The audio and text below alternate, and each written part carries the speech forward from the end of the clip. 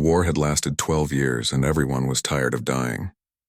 Hana stood at the observation window of the diplomatic vessel, watching Earth grow larger in the viewport. The blue planet looked peaceful from space, but she knew better. 3 times her people had tried to invade that world. 3 times they had failed. The humans fought like nothing the galaxy had ever seen. They fought with a desperation that bordered on madness, protecting their home world with weapons, tricks, and a stubbornness that cost both sides millions of lives. She was a princess of the Velthari Empire, third in line to the throne. Her violet carapace gleamed under the ship lights, and her forearms moved restlessly as she thought about what was coming. Today she would marry a human. Today she would end this terrible war. The other coalition leaders had argued for months.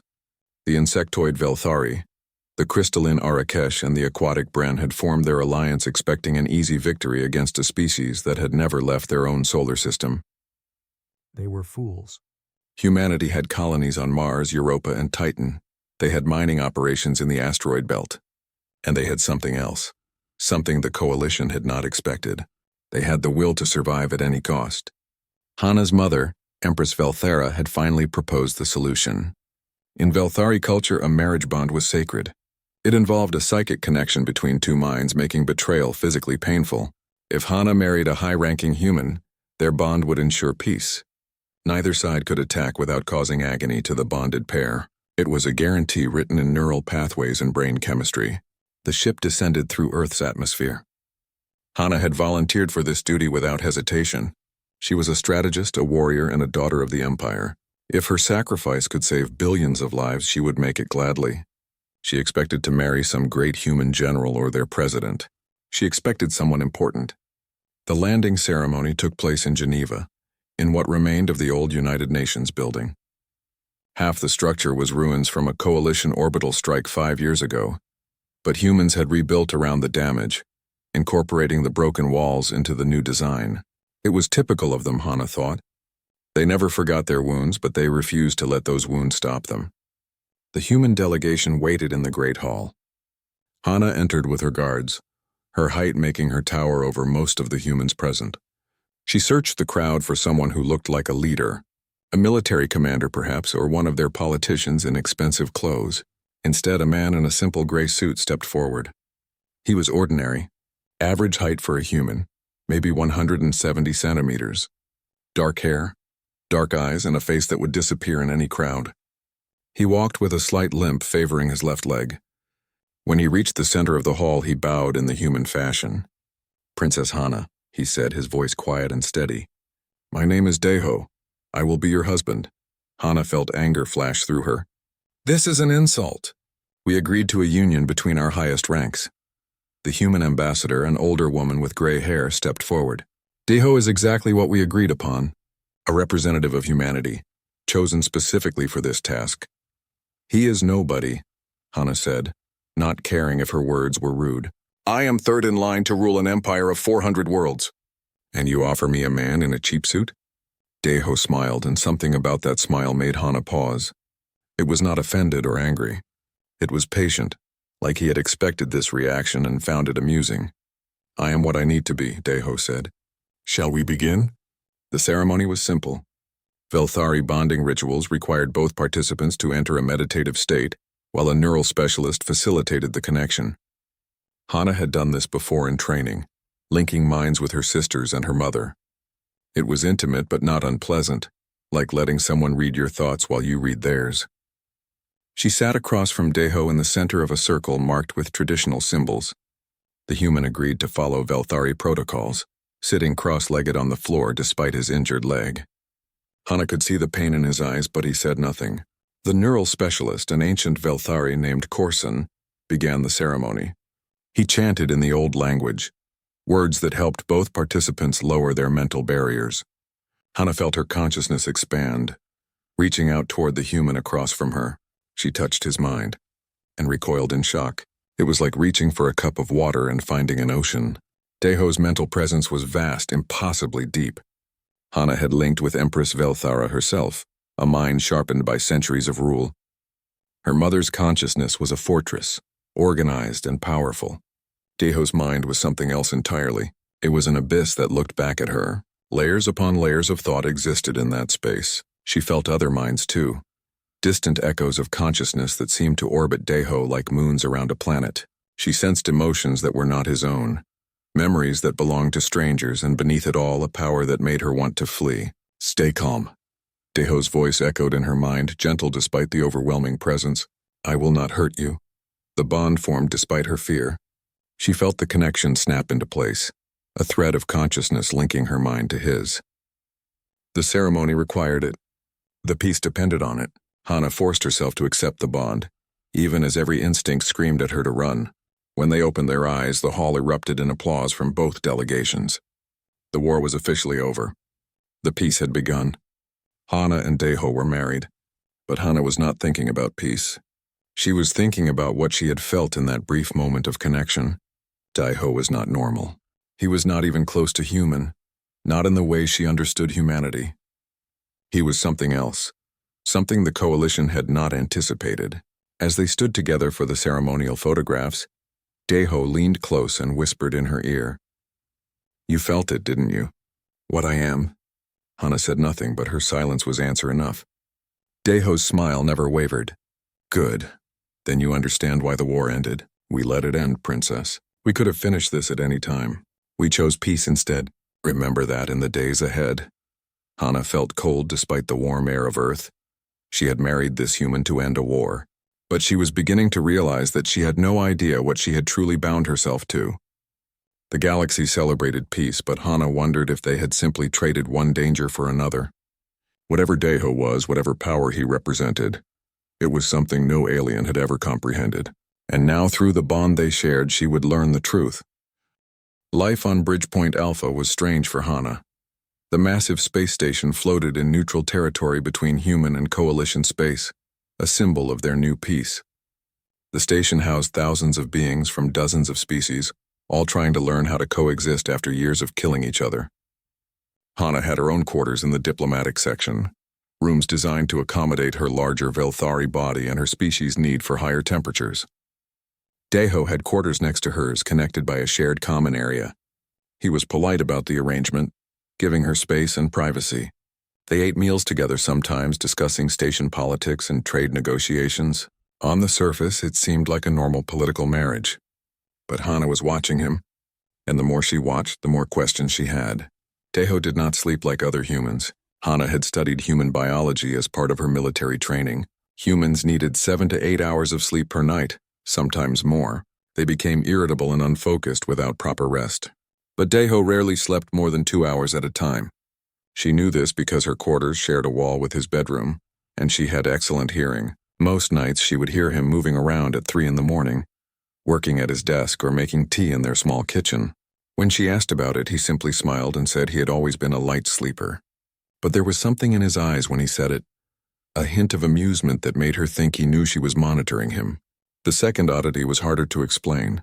Sometimes Hana would find Deho standing perfectly still, staring at a wall or a window, his eyes unfocused. It would last for several minutes. When he came back to awareness, he would resume whatever he had been doing as if nothing had happened. Once she walked into the common area and found him having a conversation with the empty room. I understand, he was saying, but you need to be patient. They will adjust eventually. Hana had frozen in the doorway. Who are you talking to? Deho had turned to her with that same patient smile. The station AI, she gets lonely. The AI does not have vocal communication protocols, Hana said. I have reviewed the technical specifications. No, she does not, Deho agreed. Not with most people. He had walked past her then, leaving Hana staring at the empty room and wondering if her husband was losing his mind. The third incident was what convinced her something was deeply wrong. A diplomatic dinner was held in the station's main hall, attended by representatives from all major species. It was meant to celebrate the first trade agreement between humanity and the Bren Collective. Hana attended with Deho, both of them wearing formal attire. The dinner was going well, with species sampling each other's foods and making toasts to friendship. Then one of the Bren delegates began choking. The problem was obvious immediately. The Bren breathed through gills on their necks, and something had become lodged in the breathing passage. The delegate was turning colors, his 3-fingered hands clutching at his throat. Other Bren were shouting for medical assistance, and security was calling for the station doctor.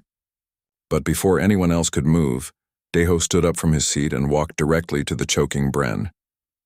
Later, when Hana replayed the moment in her mind, she would realize the timing was impossible. Deho had stood up before the Bren started showing obvious signs of distress. He had been moving toward the delegate before anyone else in the room understood there was a problem.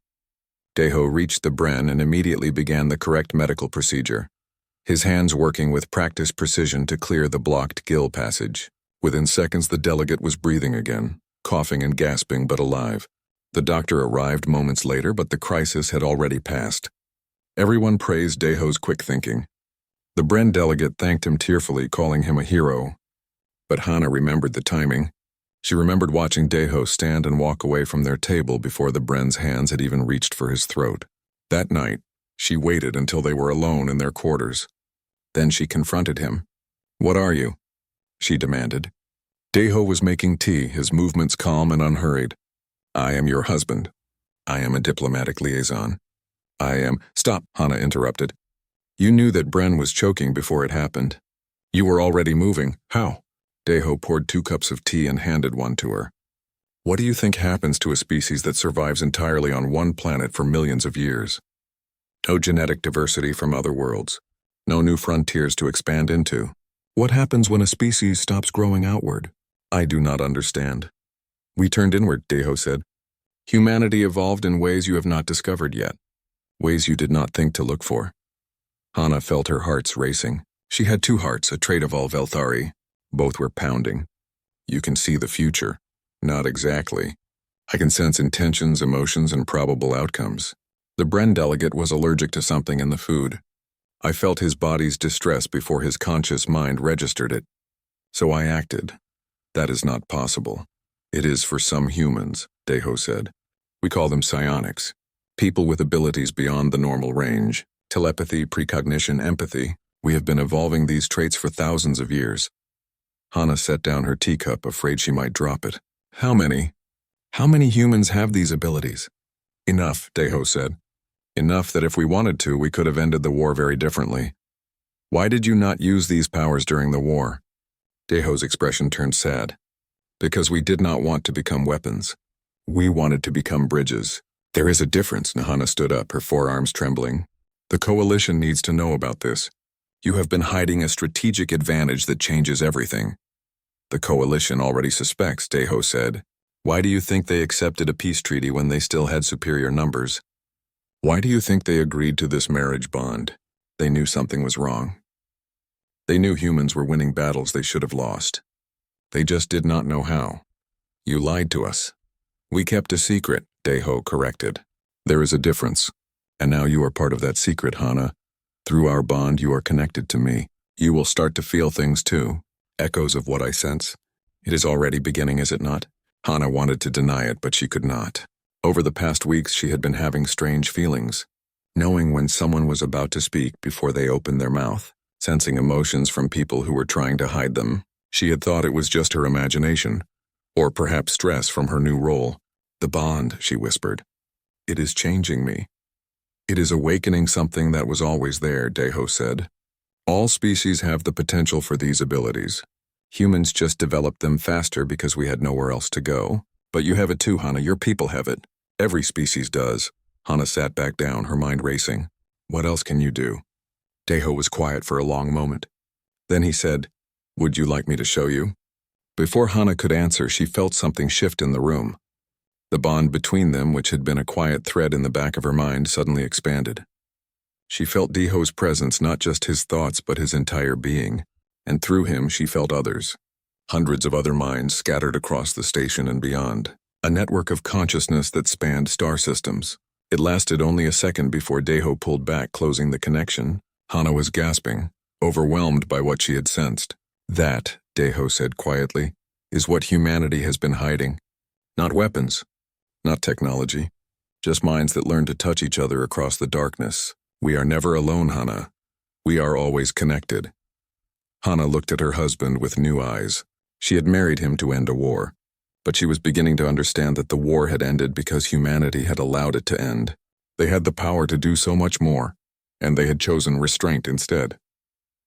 "The Coalition will fear this," she said. "Yes," Deho agreed. That is why we must be very careful about what happens next. 6 months into the piece and the cracks were starting to show. Hana had learned to live with the knowledge of what her husband truly was. She had also learned that he was not alone. The station was full of humans with psionic abilities, though most kept their powers hidden. They worked as diplomats, technicians, and security officers. They were everywhere, a silent network watching over the fragile peace, but not everyone wanted peace. The intelligence report arrived on a Tuesday morning. Commander Kelshaw, the Velthari officer assigned to protect Hana, brought the data chip personally. Her face was grim as she entered Hana's office. "We have intercepted communications between several military officers," Kelshaw said. "Both human and coalition forces. They are planning something." Hana reviewed the data. The conspiracy involved 30 officers, split evenly between species. They had been meeting in secret for months, united by a single goal. They wanted to restart the war. They believed the peace was a mistake, a sign of weakness, and they had identified the most efficient way to destroy the treaty: assassinate Hana and Deho. Without the bonded pair, the peace agreement would collapse. The hardliners on both sides would have their excuse to resume hostilities. Millions would die, but the conspirators believed it was necessary. They thought they were saving their respective peoples from a worse fate. "When?" Hana asked. "Tonight, during the station's anniversary celebration. Security will be stretched thin with all the guests. They have infiltrated the catering staff and security teams." Hana stood up, her forearms already reaching for her weapons. "We need to evacuate the diplomatic wing. Increase security around all key areas. And we need to tell Deho." "I already told him," Kelshaw said. He said, and I quote, "I will handle this." Then he went back to reading his book. Hana felt a flash of anger through the bond she shared with her husband. She stormed out of her office and across the common area to Deho's quarters. She found him sitting in his favorite chair, reading a book about ancient Earth history. He looked up when she entered, completely calm. "Did Kelshaw brief you?" Hana demanded. "Yes, 30 conspirators, armed assault planned for tonight. I have it under control." "Under control?" "They are going to kill us!" Deho marked his page and set the book aside. "They are going to try, but they will not succeed. Trust me, Hana. How can you be so calm?" "Because I have already seen how this ends." He stood up and touched her shoulder with one hand. Through their bond, she felt his absolute certainty. "Stay in our quarters tonight. I will handle the conspirators. I will not hide while—" "Please," Deho said, and something in his voice made her stop. "Trust me. Just this once." Against her better judgment, Hana agreed. That evening, the station held its celebration. Representatives from a dozen species gathered in the main hall, celebrating 1 year of Bridgepoint Alpha's operation. Music played, food was served, and speeches were given about the bright future of galactic cooperation. Hana attended for the required amount of time, then excused herself and returned to her quarters as Deho had requested. She sat in the dark, waiting. Her combat armor was laid out on the bed within easy reach. Kelshaw and 2 other guards were stationed outside her door. Everything was ready for an attack that Deho said would not succeed. An hour passed, then 2. Hana was beginning to think the intelligence had been wrong when she felt something through the bond, a pulse of consciousness. Like a wave spreading out from Deho's mind, it washed over the entire station, touching every mind present. Unable to resist, Hana left her quarters. Kelshaw tried to stop her, but Hana ordered her to stand down. She followed the pull of the bond through the corridors of the station, toward the central hub. What she found there would stay with her forever. 30 people were kneeling in a circle, humans and aliens, all wearing the uniforms or disguises they had planned to use for their attack. Weapons lay scattered on the floor, abandoned. And in the center of the circle stood Deho, perfectly still, his eyes closed. Some of the conspirators were crying. Others stared into space, their faces showing expressions of shock and understanding. A human woman was shaking, tears streaming down her face. A Velthari soldier had removed his helmet and was covering his eyes with all 4 hands. Hana approached slowly. "Deho, what did you do?" He opened his eyes. "I showed them." "Showed them what?" "Everything." He gestured to the kneeling figures.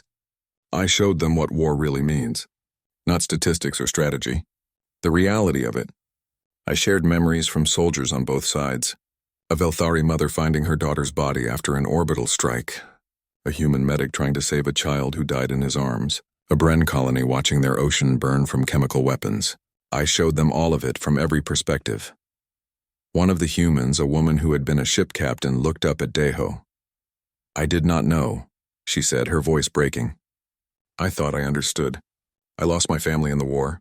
I wanted revenge, but I did not know what it felt like on the other side. I did not know their families grieved the same way." A Velthari officer spoke next. "How can we hate each other now? I felt what it was like to be human. I felt their fear when our ships came. I felt their determination to protect their home. They are not so different from us." Deho's voice was gentle. "That is the point. We are all different in form, but we are the same in the ways that matter. We all feel pain. We all love our families. We all want to survive. Once you truly understand that, hatred becomes impossible." Security arrived moments later, led by Suho, a human officer who was one of Daiho's old friends. He looked at the scene with understanding on his face. "I will take them into custody," he said. "But I do not think they will be a problem anymore." He was right. When the conspirators were questioned later, none of them expressed any further desire for violence. They surrendered peacefully and asked only to be allowed to help with the peace efforts. Several of them became advocates for reconciliation, traveling to both human and coalition worlds to speak about what they had learned. Back in their quarters, Hana finally confronted Daiho about what she had witnessed. "That power," she said, "to make people feel what others feel, to share consciousness itself. How many humans can do this?" Daiho was quiet for a long time. Then he said, "Enough. Not all of us are that strong. I am one of the more powerful ones. But there are others like me scattered across human space. We call ourselves the Connected. The coalition leadership will never accept this. They will see it as mind control. It is not control. I cannot make anyone do anything against their will. I can only share experiences and emotions. What they do with that understanding is their choice.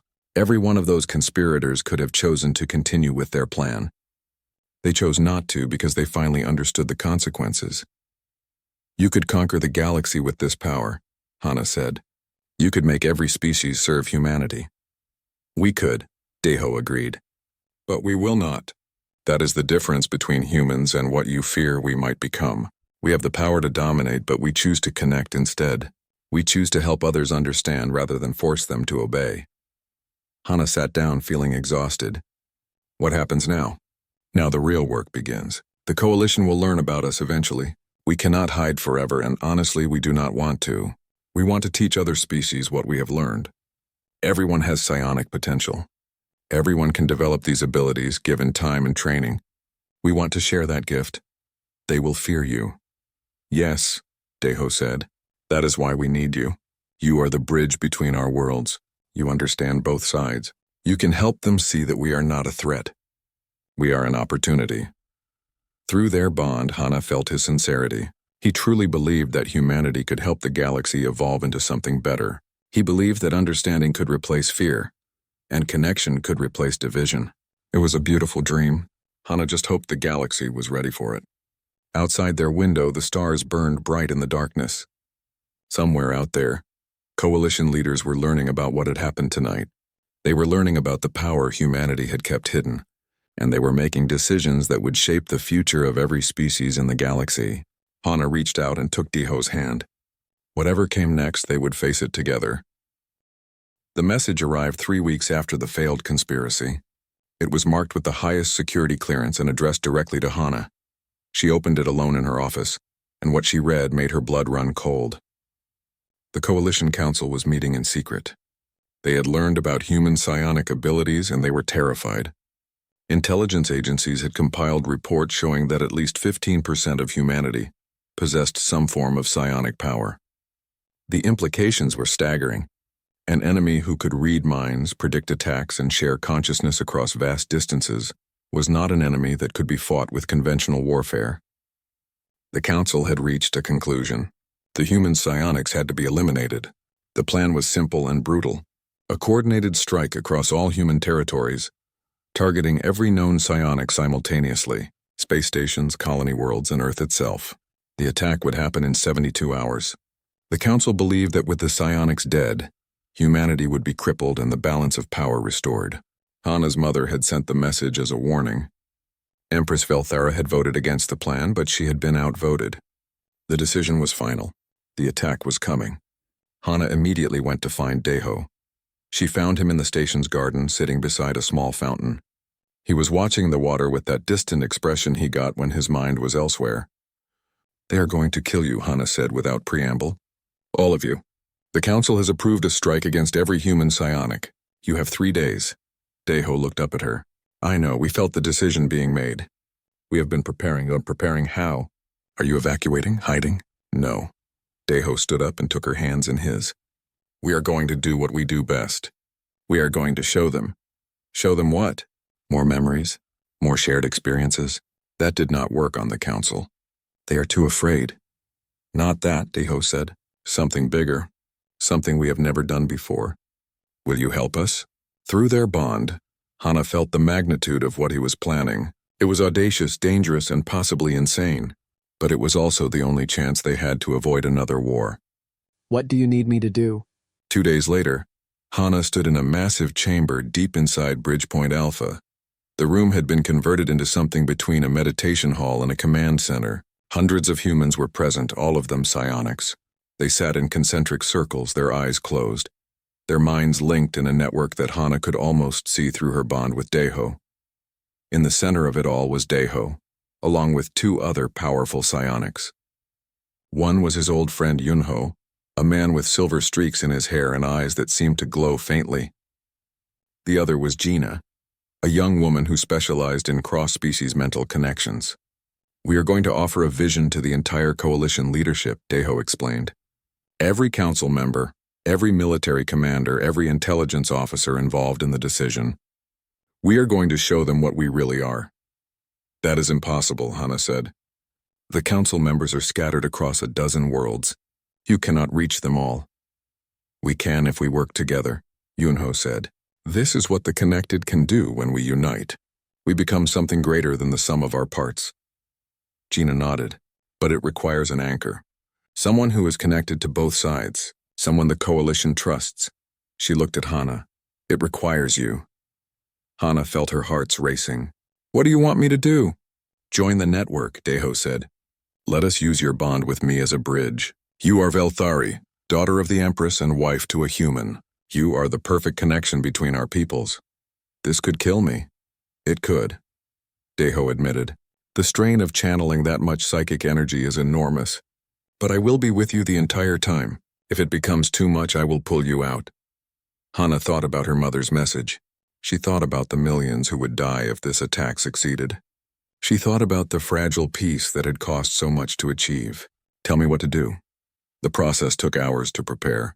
Hana sat in the center of the circle with Deho, their hands clasped together. The other psionics fed their power into the network, creating a web of consciousness that stretched across the room. Hana felt each new connection like a drop of water joining an ocean.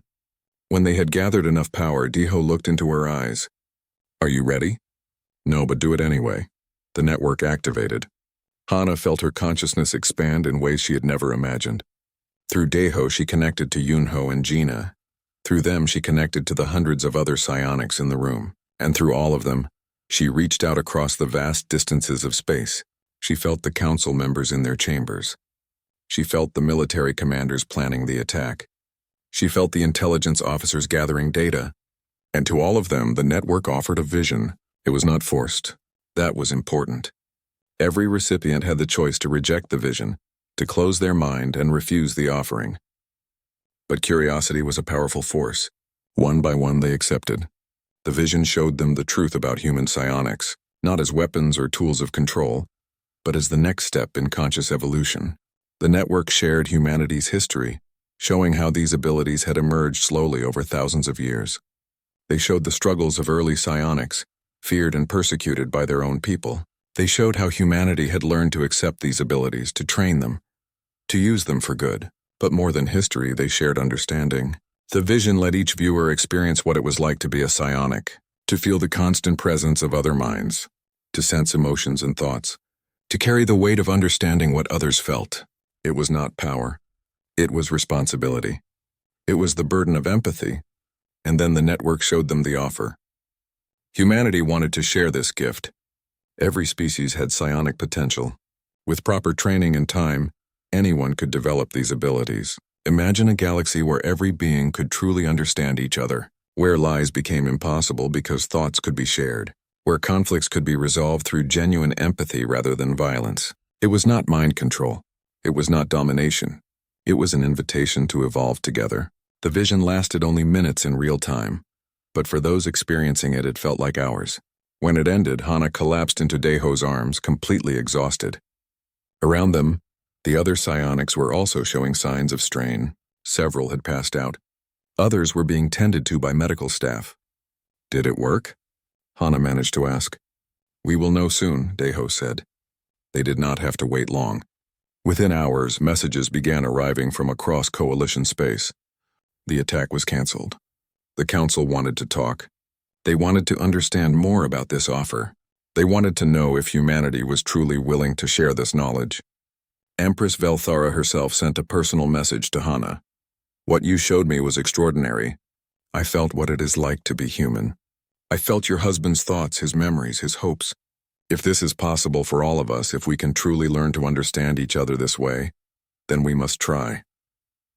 But not everyone was convinced. Some council members remained suspicious. They argued that humanity was manipulating them, using their psionic powers to control coalition minds. They demanded proof that this was genuine and not some elaborate trick. Hana knew what needed to happen next. We need a volunteer, she told Deho. Someone from the coalition who will learn psionic abilities and prove it is possible. That could take years, Yunho said. Developing these abilities requires time and dedication. Not if they already have the potential, Gina said thoughtfully. Some beings are naturally closer to psionic awakening. They just need the right trigger. Everyone looked at Hana. No, Deho said immediately. It is too dangerous. You are not trained. I am already connected to you, Hana pointed out. I have been developing abilities through our bond. I can feel emotions, sense intentions. I am halfway there already. The final awakening can be traumatic, Gina warned. You will feel everything all at once. Every mind within range, every emotion, every thought. It can break someone who is not prepared.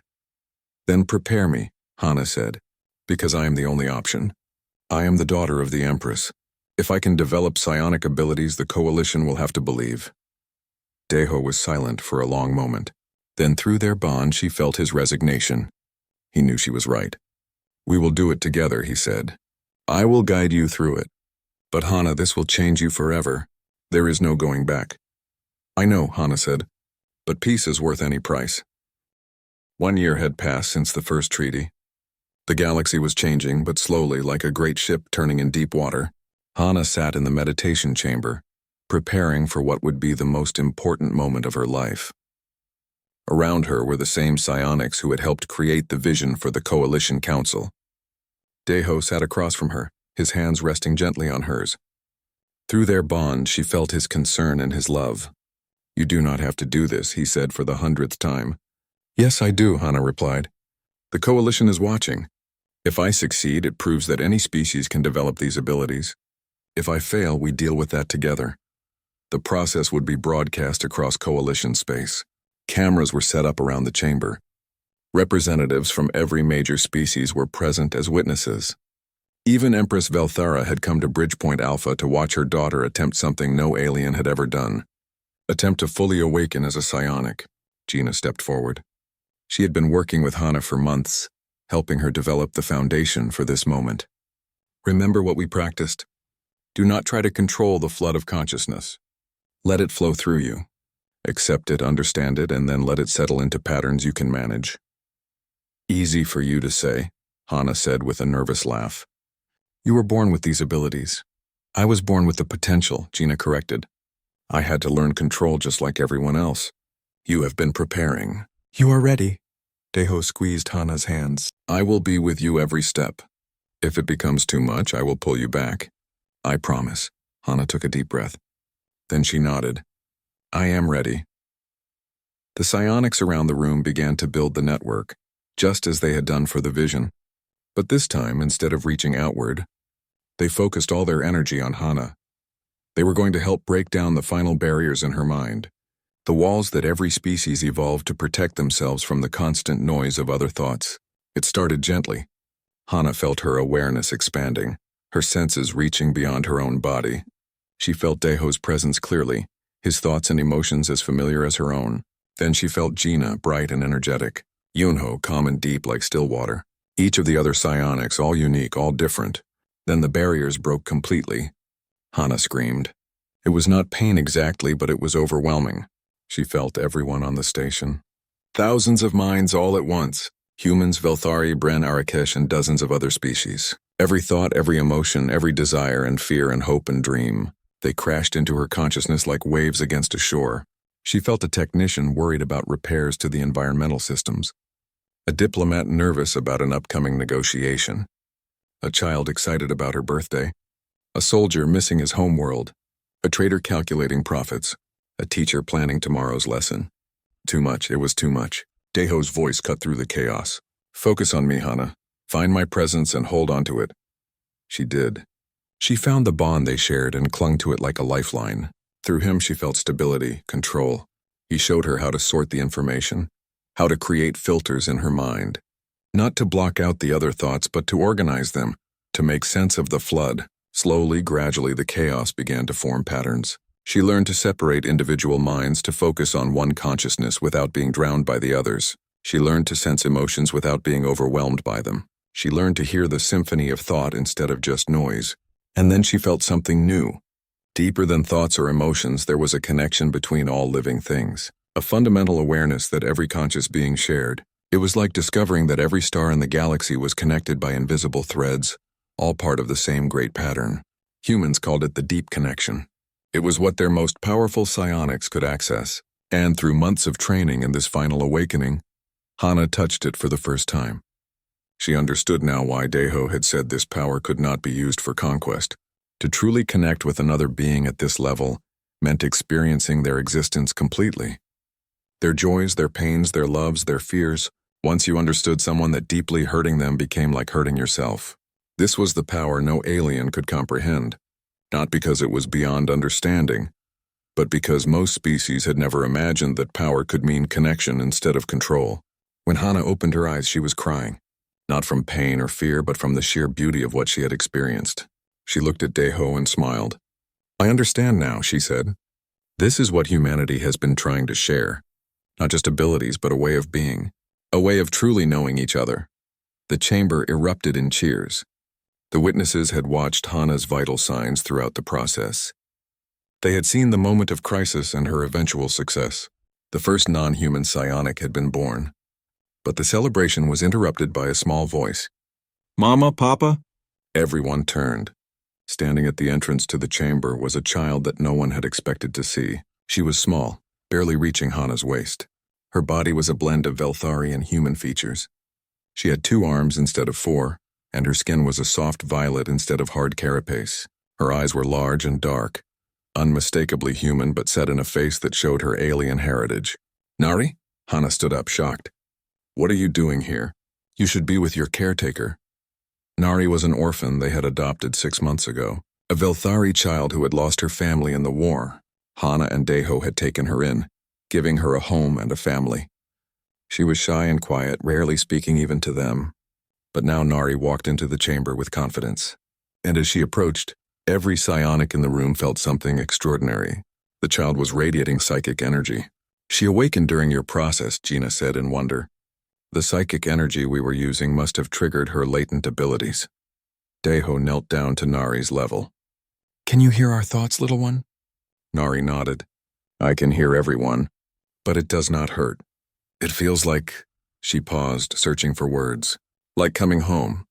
Yunho stepped forward, his face showing amazement. She is processing multiple minds simultaneously without training. Her brain developed differently because of her hybrid nature. She is bridging both species naturally. The implications were staggering. Nari was not fully Velthari and not fully human, but something new. And her psionic abilities were already stronger than many adults who had trained for years. Empress Velthara approached her granddaughter, for that was what Nari had become through adoption. Child, can you show me what you feel? Nari reached up and took the Empress's hand. Immediately Velthara gasped. Through that simple touch, Nari was sharing her perspective. The Empress felt what it was like to be connected to hundreds of minds, to sense their emotions and thoughts not as noise but as a beautiful tapestry. When Nari released her hand, Velthara had tears on her face. This is what awaits us all. This is what we could become. The broadcast of Hana's awakening and Nari's surprise revelation spread across the galaxy within hours. The reaction was mixed. Some species were excited about the possibility of developing psionic abilities. Others remained fearful, worried about losing their privacy or autonomy. But there were enough who wanted to try. Volunteers came forward from every major species. Training centers were established on Bridgepoint Alpha and other neutral stations. Human psionics began teaching techniques that had taken their species thousands of years to develop. It would take generations for most species to develop strong psionic abilities. But the process had begun. The galaxy was changing. 3 months later, another historic event took place. Empress Velthara volunteered to undergo the deep connection with Deho. She wanted to experience what it truly meant to be human, to see through his eyes and feel with his heart. The ceremony was simple. No cameras, no witnesses except for Hana and a few trusted advisors. Velthara sat across from Deho in a quiet room, and they joined hands. The connection lasted only 5 minutes, but for Velthara it was an eternity. She experienced Deho's entire life, his childhood on Earth, his time as a soldier, the horror of war, the joy of meeting Hana, the love he felt for Nari. Every memory, every emotion, every moment that made him who he was. When the connection ended, Velthara sat in silence for a long time. Finally, she spoke. I understand now why you call this a gift. I have ruled an empire for 200 years. I have made decisions that affected billions of lives, but I never truly understood what it meant to be someone else, to see through their eyes, to feel their pain and joy as my own. She looked at Hana. Your husband showed me that my enemies were just people trying to protect their families, the same as my own people. How can I ever see the galaxy the same way again? That is the point, Deho said gently. Once you understand, truly understand, hatred becomes impossible. You might still have disagreements, conflicts of interest, but you cannot dehumanize someone whose consciousness you have shared. Velthara stood and addressed everyone present. I will present a new proposal to the Coalition Council. The Empathy Accords. Every species that wishes to participate will receive training in psionic development. We will build schools, share knowledge, and work together toward a future where understanding replaces fear. 6 months later, the Empathy Accords were signed by Representative